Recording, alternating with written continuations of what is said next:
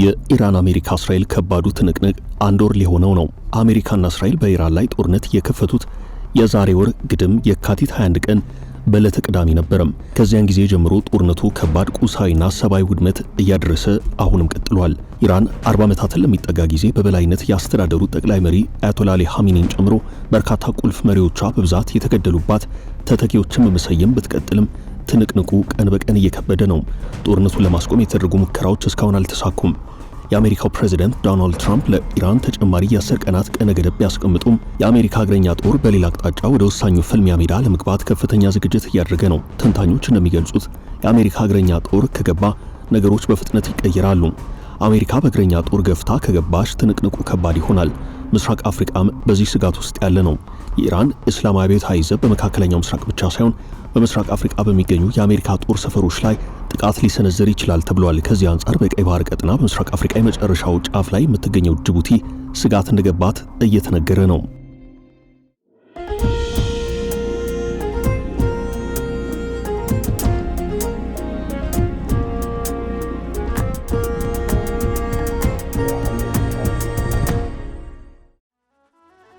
የቀጠለው ከባድ ትንቅንቅ የኢራን አሜሪካ እስራኤል ትንቅንቅ አሁንም እንደቀጠለ ነው። አንድ ወር ሙሉ ያለማቋረጥ የተካሄደው የሰማይ ላይ የሚሳኤልና የድሮን ትንቅንቅ ወደ ምድር ማለትም ወደ እግረኛ ጦር የመቀየር እድሉ ሰፊ ነው። አሜሪካ የእግረኛ ጦር ለማስገባት እንቅስቃሴ ማድረጓን ተከትሎ ኢራን ክተት ብላ ለከባዱ ትንቅንቅ እየተዘጋጀች ነው። ኪሳራው እስካሁን ከነበረው በጥፍ ይጨምራል። በአንድ ወር የደረሰውን ኪሳራ በተመለከተ መቀመጫውን አሜሪካ ያደረገ የሰብአዊ መብት አክቲቪስቶች ዜና ወኪል ሃራና ያወጣው ዘገባ አለ። አንድ ወሩን በያዘው የኢራን ጦርነት 217 ሕፃናትን ጨምሮ 1464 ሰዎች መገደላቸውን አመላክቷል።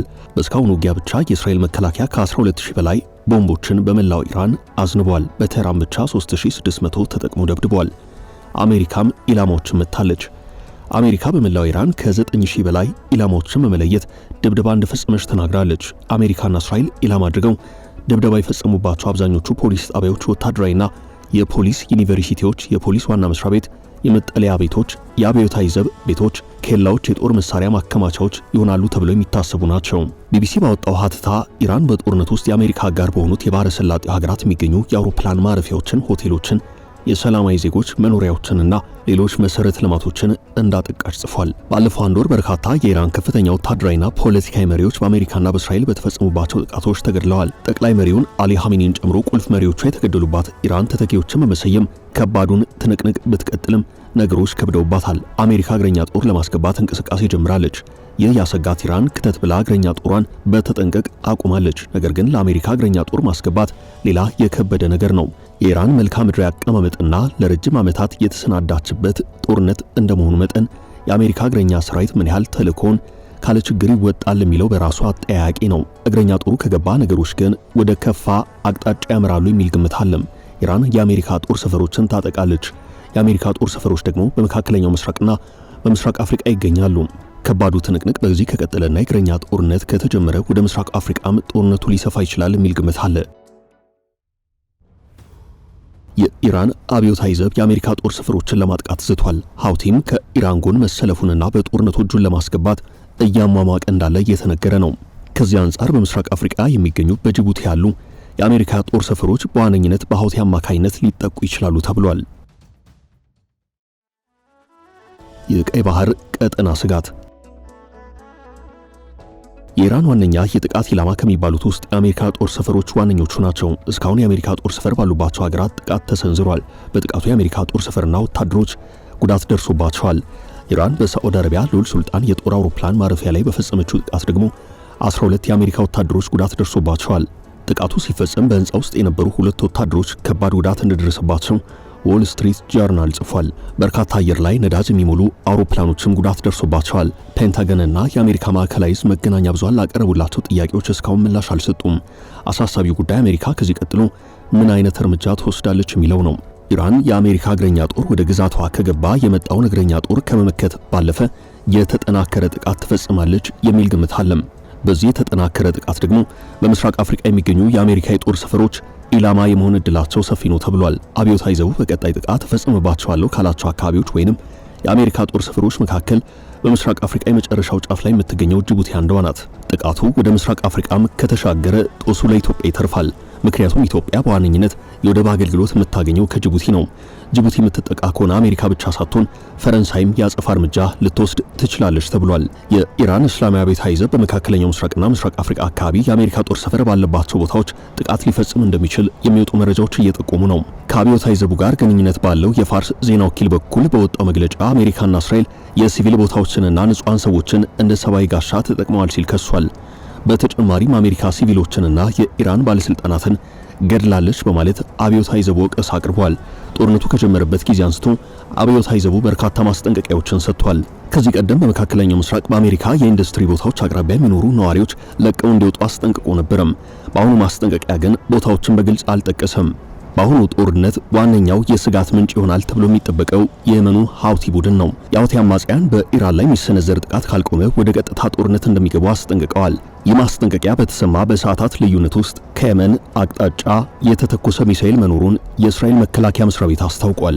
የሀገሬው የመከላከያ መስሪያ ቤት ሚሳኤሉን በአየር ላይ ለማክሸፍ ጥረት እያደረጉ እንዳለ የተናገረ ሲሆን የእስራኤል ነዋሪ አስፈላጊውን ጥንቃቄ እንዲያደርግ ማስጠንቀቂያ ሰጥቷል። ወታደራዊ እንቅስቃሴ የተሰማው ሀውቲዎች ወደ ጦርነቱ በቀጥታ ለመግባት ቃታው ጣታችን ላይ ነው ካሉ በኋላ ነው።